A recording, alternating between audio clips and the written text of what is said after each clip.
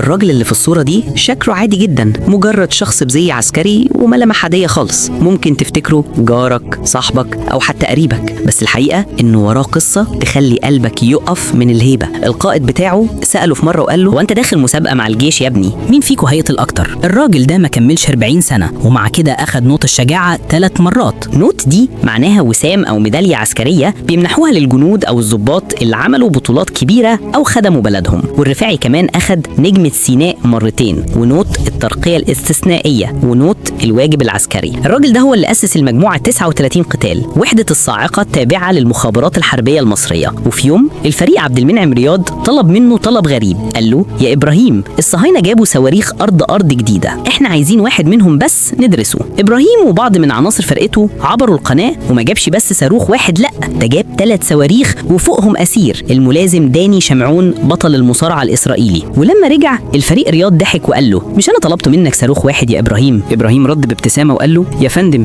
يمكن نمتحن فيهم قريب، قلت أجيب بزيادة علشان المراجعة النهائية. وتاني يوم بالظبط بعد استشهاد الفريق عبد المنعم رياض يوم 9 مارس 1969 عبر إبراهيم الرفاعي برجالته للموقع اللي ضرب الصواريخ المعدية 6، قتل 44 ضابط وجندي إسرائيلي، ودمر الموقع بالكامل وحرق علمهم ورفع علم مصر فوق أنقاض الموقع. إسرائيل وقتها قدمت احتجاج رسمي لمجلس الأمن، قالوا إن العملية كانت وحشية جدا، بس الحقيقة إنها كانت رجولة مصرية خالصة. وفي حرب أكتوبر 73، الحرب اللي كتبها التاريخ إنها أنبل حرب، طلع إبراهيم الرفاعي لوحده يتعامل مع كتيبة دبابات في الإسماعيلية، بس الموقع بتاعه اتكشف والعدو عرف إنه قائد المجموعة، فوجهوا المدفعية كلها عليه واستشهد زي ما كان دايما بيتمنى، واقف ماسك سلاحه بطل لآخر نفس. رحم الله شهداء الوطن.